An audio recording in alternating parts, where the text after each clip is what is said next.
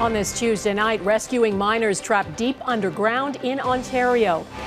The only way the 39 miners can get to the surface is by climbing. We want to make sure that everybody comes out safely. We explain the grueling exit route for miners trapped since Sunday. Ontario's cautious optimism about COVID, plus its projections for what's coming this winter, as parents plead for better protection for kids. The Prime Minister answers questions about the election for the first time since the vote. His new government's top priority. And pivotal time at the plate. The Blue Jays have an incredible amount of talent. The start of a crucial 3-game series. Global National with Donna Friesen.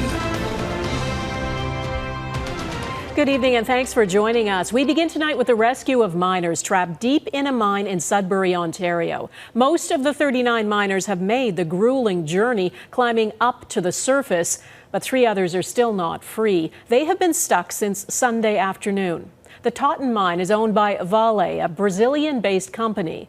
This is a promotional video that gives a glimpse of what it's like deep inside the copper and nickel mine. It is a modern mine, opened in 2014. A highly trained mine rescue team is now assisting. The only way out is a long, slow climb up about 1,200 meters using a system of ladders. Our Mike Drolet is just outside the mine in Worthington, Ontario. Mike? Donna, we don't have to say what a dangerous job mining can be. Any number of things can happen when you're working over 1 kilometer deep underground. On Sunday, it was a mechanical error, specifically the elevator or the cage, which is the lifeline to the mine, broke, trapping 39 men underground, and the only way out was straight up. Trapped, they moved to refuge stations for safety, which were stocked with minimal amounts of food and water. Rescue crews were brought in from parent company Valet, as well as Ontario Mine Rescue. They determined the only way out was to climb with ladders through a secondary egress system, which is essentially a very narrow vertical tube. 6-meter-long ladders were used to connect each section of the evacuation route. The miners were attached to safety harnesses, but the majority of them still had to climb out themselves one rung at a time. People are at different physical abilities, and so that's the concern. We want to make sure that everybody comes out safely and back to their families on surface. Some needed to be pulled up by ropes. It took up to 10 hours to reach the surface. To put it into context, the miners were at depths of 914 to 1,219 meters, or roughly 2.5 CN towers. Medical staff were on hand throughout, and no injuries have been reported. And Donna, what's amazing to me, speaking to all the people leaving the mine, is just how calm and measured they are in the face of such a terrifying ordeal. Not a job for everyone. Donna? Certainly isn't. Mike Drolet in Worthington, Ontario, near Sudbury. Thanks. There is some cautious optimism about the state of the pandemic in Ontario. The latest projections reveal the province's case count has plateaued, but the situation is fragile and numbers will likely rise again as colder weather sets in and people spend more time indoors, even if there is no change in public health restrictions. Right now, the number of COVID-19 patients being admitted to hospitals and intensive care wards has gone down. And experts warn one piece of the puzzle is missing: kids under 12 who aren't eligible for vaccines. Jamie Mauracher reports. COVID case after COVID case has meant a stressful start to the year for families attending this Toronto school. It's just mind-blowing how little it feels has been done to protect the kids. The Ontario Science Table's latest modelling shows while the province's overall case counts have flatlined, COVID infections in children 5 to 11 are still climbing. This is the very group, unfortunately, who are going to be susceptible to case spread at this point because kids are back in school. And importantly, children under the age of 12 are not eligible to be vaccinated yet. Pfizer has not made a submission to Health Canada to have its shot approved for ages 5 to 11, but officials hope a rollout could happen by November. We need to slow down viral evolution, and that means having people vaccinated because they clear infections. When they clear the infection, then those viruses do not get to replicate and they have less chance to mutate. Dr. Omar Khan points to the example of the Delta variant, a mutation ravaging the unvaccinated population worldwide. Here at home, it's clogging up ICUs in Alberta, where the COVID crisis is crashing the healthcare system. At a park in Ottawa, this first-time mom is thankful to see vaccination rates in Ontario are increasing, although slowly. If we can protect against any kind of variant or any kind of spread, then that's something that we should do. For the unvaccinated, like these little ones, the results can be long-lasting. The science table estimates 1 in 10 Ontarians infected with COVID-19 will suffer symptoms for more than 12 weeks. Doctors warn the province's positive news is precarious. We're certainly taking the best case scenario from the modeling that was projected about a month ago. And hopefully we can continue along that best case scenario path. With kids back indoors as school's in full swing and Thanksgiving just around the corner, doctors say that cases will likely go up before they come down. It's how Ontario handles the vaccination eligibility for children and how residents adhere to restrictions that will determine the future. Donna? Jamie Mauracher in Toronto, thank you. Children now account for nearly a third of all the new COVID-19 cases in Saskatchewan, which has among the highest number of active cases in the country right now. Saskatchewan hospitals are caring for more COVID-19 patients than at any point in the pandemic. And the rate at which people are dying each day is the highest in the country. 10 new deaths were reported today, an average of 2.6 people per 100,000 are dying daily. That's nearly 4 times the national average of 0.7. In Prince Edward Island, effective immediately, everyone who enters the province will be tested at the airport or at points of entry, regardless of their vaccination status. School-aged children who cannot be tested will be given a self-test kit at the point of entry to ensure they have a negative test before they return to school. The province's chief public health officer also says now is not the time for discretionary travel. And 2 days after being freed from a Chinese prison, Michael Kovrig is doing his part to advocate for COVID-19 vaccines. A Toronto pharmacist shared this moment with Kovrig's permission, saying it was a pleasure to give him a dose of COVID-19 vaccine. And he tweeted what is said to be a quote from Kovrig: "I want everyone to know this. Vaccines are the best way to combat this disease." Prime Minister Justin Trudeau held his own photo op at a vaccine clinic today and said if you are planning to book a flight in the next few weeks, you'd better get vaccinated. For the first time, he answered questions about winning a second minority. He said his cabinet will be sworn in next month and that Chrystia Freeland will continue her dual role as Deputy Prime Minister and Finance Minister. Our chief political correspondent David Akin was at the press conference. David, did the Prime Minister seem at all humbled by the fact he didn't win the majority he'd hoped for? I don't think so, Donna. And we was challenged a few times about the fact that for the second election in a row, another party actually got more votes than his did, even though, of course, the Liberals got the most seats. And he was reminded that 3 members of his cabinet went down to defeat last week. But nonetheless, Justin Trudeau said that election gives him a mandate for the broad strokes of his platform. My intention is to continue to deliver to Canadians the ambitious mandate that they voted us in on. That mandate includes being more ambitious when it comes to climate change and moving ahead with childcare deals with provinces like Ontario and Alberta that have not yet inked a deal with Ottawa. But first, he has to form a new cabinet. That will likely be done by mid-October. And as he has in every cabinet since he formed government in 2015, there will be an equal number of men and women. And the top priority for that new cabinet will be getting Canada and Canadians safely through the pandemic, chiefly by improving vaccination rates right across the country. And so, watch for Trudeau to make good on campaign promises that include mandatory vaccination for all federal civil servants and new rules that will require anyone getting on a plane or a train to be fully vaccinated. And when Parliament resumes, and that's likely to happen in mid-November, watch for new legislation to make it a criminal offense to harass or intimidate frontline healthcare workers. And that, too, was a campaign promise. Donna? Okay, David, and I want to ask you about Huawei 5G wireless technology. The U.S., Britain, Australia, and New Zealand have all banned or restricted it, and the Canadian government has said for years that a decision on it is imminent. Was there any news today? Well, the official line is still Canada is studying the issue, but unofficially, it sounds very much like the government is simply trying to avoid having to formally ban Huawei. We have actually seen that many Canadian telecommunications companies, if not all of them, have started to remove Huawei from their networks and are moving forward in ways that doesn't involve them as a company. Many, though, are now saying the Huawei decision should be part of a broader review of Canada-China business relations. So I think now is really a time to have our eyes very opened in terms of China and who we might doing business with, but also what the options are.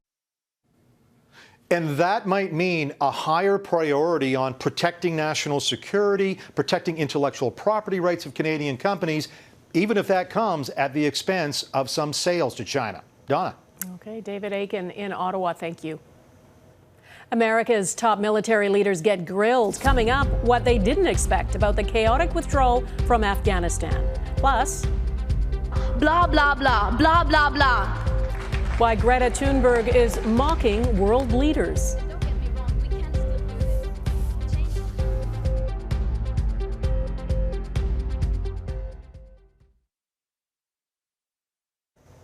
It was America's longest war. It was a war America lost, and it ended in a chaotic, violent withdrawal, with desperate Afghans clinging to evacuation flights and a suicide bomb attack that killed dozens of people, including 13 U.S. soldiers. 1 month later, the first hearings about what went wrong are underway in Washington. The U.S. Secretary of Defense admitted today there are tough questions to be asked and uncomfortable truths to face.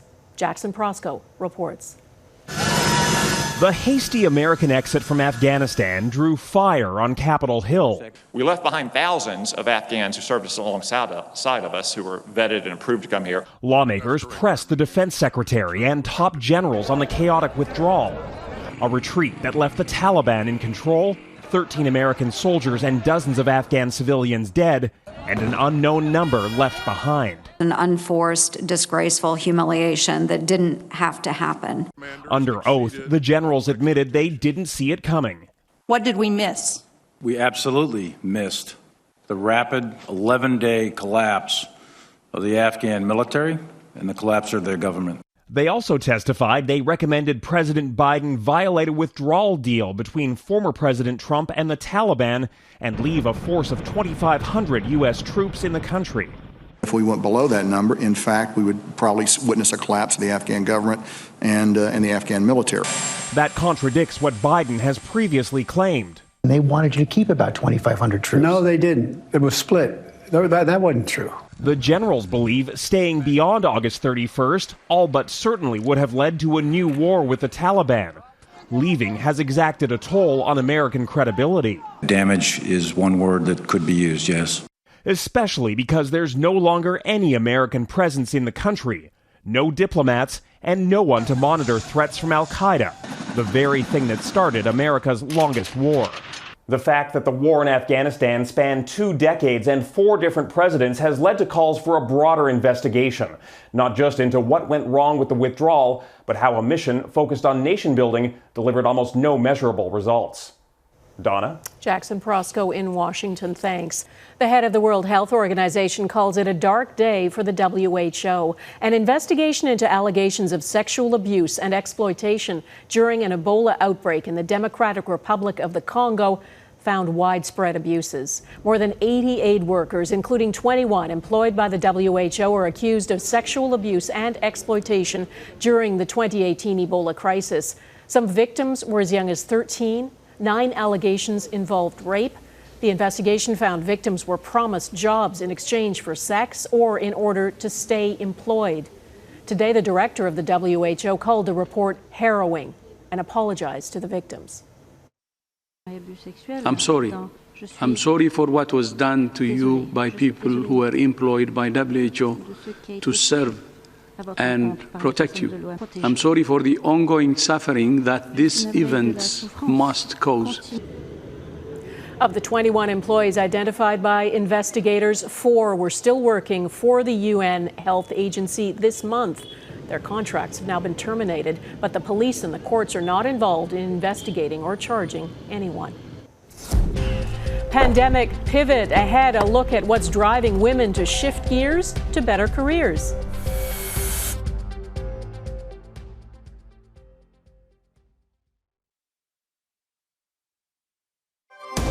You're watching Global National. There is no planet B. There is no planet blah. Blah, blah, blah. Blah, blah, blah.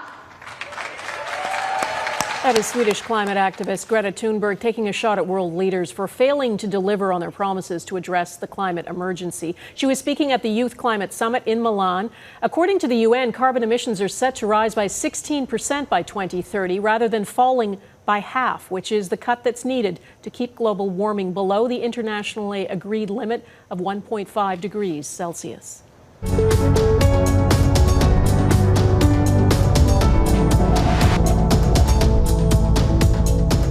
We know not everyone has been affected by the pandemic the same way. There are huge variations based on your job, your health, and your socioeconomic background.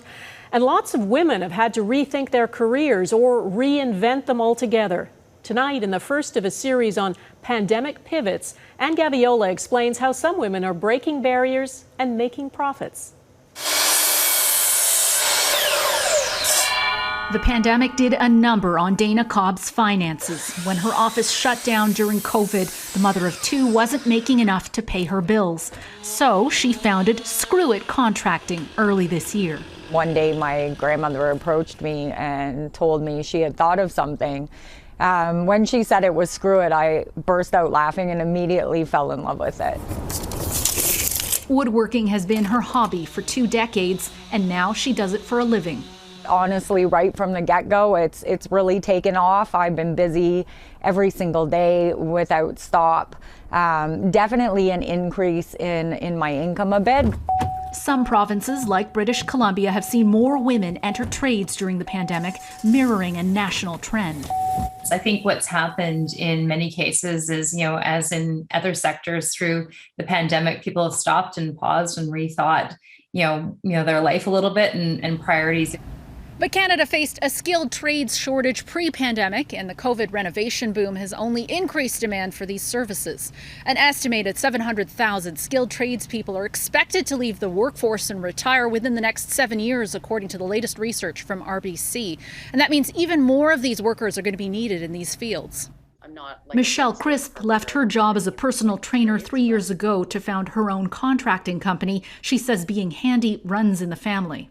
My dad is like a true Renaissance man. He's kind of a jack of all trades. He could do everything from fix a car to plumbing, electrical, framing, drywall. During COVID, she's quadrupled her staff, hiring all women, doing her part in an industry that hasn't always been welcoming to women.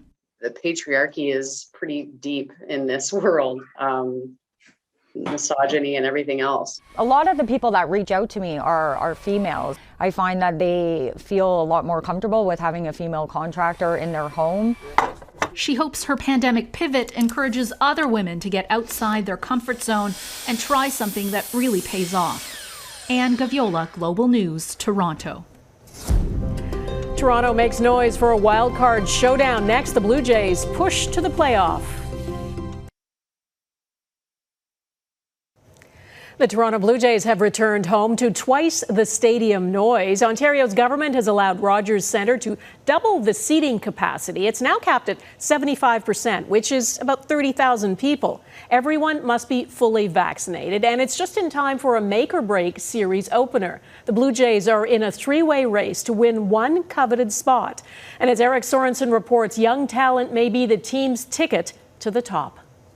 This team is a joy to watch. Not just a power-hitting playoff contender, they're so cheerful doing it. The home run jacket, just one feature of a club that is young and talented, led by 22-year-old superstar Vladimir Guerrero Jr. Yeah, they have fun with it. There's a lot of energy with this team, and that comes naturally from being young.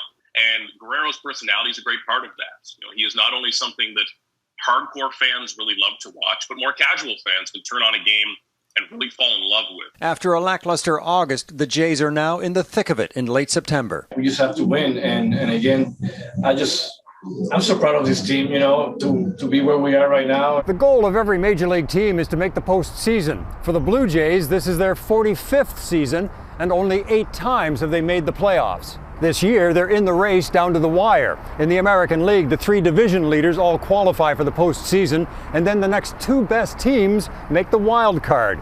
The Yankees, the Red Sox, and the Blue Jays have the next 3 best records, and they are neck and neck and neck for the wild card game. So 3 games this week against the Yankees could make or break their season. Finally playing in Toronto and with extra fans allowed this week, up to 30,000 of them, it's the first playoff atmosphere around the home park in a long time. Honestly, super exciting, especially with the push to the playoffs right now. I can't wait to see the Blue Jays clinch the final position. Guerrero Jr. leads a charismatic core of players, including Bo Bichette, Lourdes Gurriel, and Teoscar Hernandez, and pitchers Robbie Ray, Jordan Romano, and yet another young phenom, Alek Manoah. The Blue Jays have an incredible amount of talent.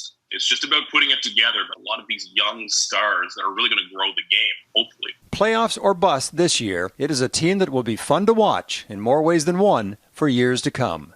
Eric Sorensen, Global News, Toronto. So exciting, and that is Global National for this Tuesday. I'm Donna Friesen. Tonight's Your Canada is Desert Lake, just north of the community of Hartington, Ontario. Thanks for watching. Hope to see you here again tomorrow. Take care of yourselves. Bye-bye.